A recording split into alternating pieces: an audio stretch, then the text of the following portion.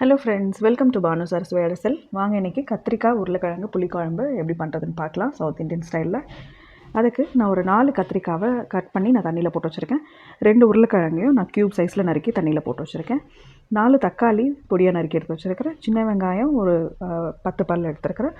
ஒரு 4-5 பல் பூண்டு, கொஞ்சம் கருவேப்பிலை, மிளகாத்தூள், மல்லித்தூள் எடுத்துருக்கிறேன். மிளகாத்தூள் 1 டேபிள் ஸ்பூன், மல்லித்தூள் 2 டேபிள் ஸ்பூன் எடுத்துருக்கேன். 1/4 டேபிள் ஸ்பூன் மஞ்சள் தூள் எடுத்துருக்கேன். கொஞ்சமாக புளி ஊற வச்ச புளி தண்ணி எடுத்துருக்கிறேன். நமக்கு எந்த அளவுக்கு புளி தேவையோ அந்த அளவுக்கு, ஒரு லெமன் சைஸ் அளவுக்கு நான் எடுத்திருக்கேன். இப்போது இதுக்கு ஒரு 2 டேபிள் ஸ்பூன் நம்ம நல்லெண்ணெய் ஊற்றிக்கலாம். இதுக்கு நான் கடுகு, கொஞ்சமாக வெந்தயம், ஜீரகம் போட்டு தாளிச்சுக்கிறேன். இது நல்லா பொரிஞ்சு வந்ததும் நம்ம கட் பண்ணி வச்சுருக்கிற சின்ன வெங்காயமும் பூண்டு, கருவேப்பிலை 3ஐயும் போட்டு நல்லா வதக்கி எடுத்துக்கலாம்.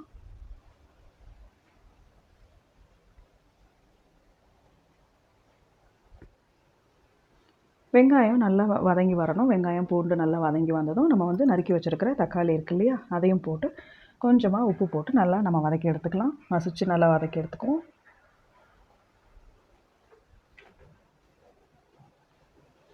தக்காளி நல்லா வதங்கி வர பதத்தில் நம்ம அடுத்ததாக நம்ம மசாலாலாம் ரெடி பண்ணி வச்சுருக்கோம் இல்லையா, அதுக்கு மிளகாத்தூள், மல்லித்தூள், மஞ்சள் தூள் இதெல்லாம் அதையெல்லாம் போட்டு நல்லா ஒரு கொஞ்சமாக மட்டும் தண்ணி தெளித்து நம்ம மசாலா பச்சை வாசனை போகிற அளவுக்கு நல்லா வதக்கி, எண்ணெய் பிரிஞ்சு வர அளவுக்கு வதக்கி எடுத்துக்கலாம்.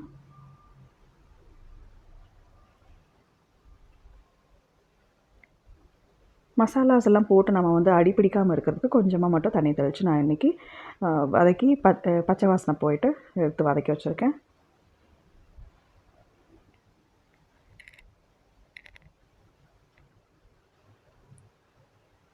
இது நல்லா வதங்கட்டும், எண்ணெய் பிரிஞ்சு வரட்டும்.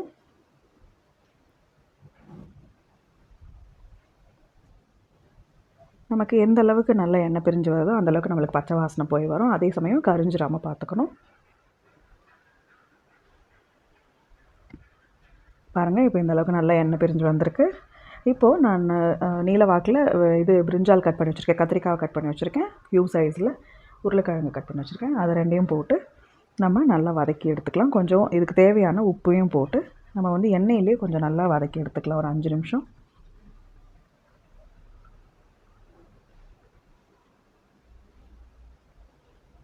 காயெல்லாம் இந்த மசாலா, வெங்காயம், தக்காளி இந்த மசாலாவோடு சேர்த்து, குழம்பு தூள்லாம் சேர்த்து இதில் ஒரு 5 நிமிஷம் நல்லா வதக்கி எடுத்துக்கலாம்.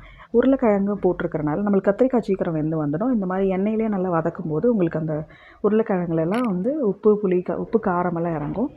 ஸோ அதெல்லாம் நம்ம இப்போவே நம்ம வதக்கிட்டோன்னா ஓரளவுக்கு ஒரு அரை வேக்காடு அளவுக்கு நல்லா அதுலேயும் வதங்கி வந்துடும்.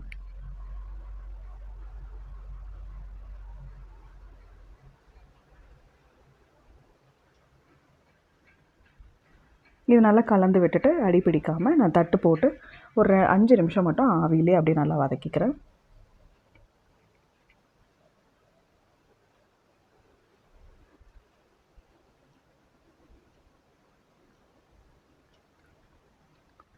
பாருங்கள், இது இந்த அளவுக்கு நல்லா வதங்கட்டும்.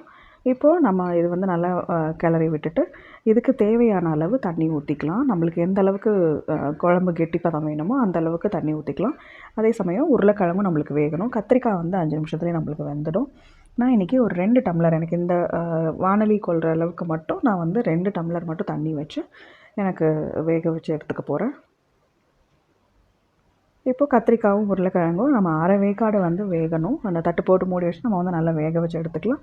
ஒரு கொதி ஒரு நல்லா அரை வேக்காடு வெந்ததும் நம்ம லெமன் சைஸில் கரைச்சி வச்சுருக்கிற புளி இருக்குது இல்லையா, அதை நம்ம அந்த புளி தண்ணியை இதில் ஊற்றி இதோடு சேர்த்து நல்லா கொதிய விடலாம். இதில் சேர்த்து கொதிய விட்டால் நமக்கு புளிக்குழம்பு ரெடி ஆகிடும். கத்திரிக்காய் உருளைக்கிழங்கு புளிக்குழம்பு நம்மளுக்கு ரெடி ஆகிடும். இது சுடு சாதத்துக்கெல்லாம் நல்ல ஏற்ற சைட் டிஷ் இது.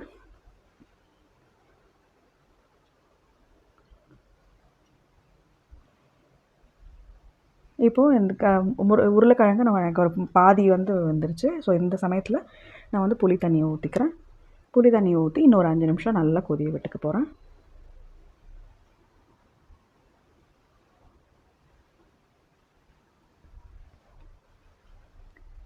அந்த பச்சை வாசனை போகிற அளவுக்கு நல்லா கொதிஞ்சு, இப்போ பாருங்கள் இந்த அளவுக்கு நல்லா கொதிஞ்சு வந்திருக்கு.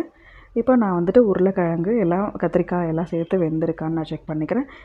உப்பு, காரம், புளி எல்லாமே கரெக்டாக இருக்குது. எனக்கு இந்த அளவுக்கு கொதிஞ்சு நல்லா வெந்து வந்திருக்கு. ரொம்ப சாப்பிட்டு பார்த்தா ரொம்ப சூப்பராக இருக்குது. நீங்கள் எப்படி இருக்குன்னு செஞ்சு பார்த்துட்டு எனக்கு கமெண்ட்ஸில் சொல்லுங்கள்.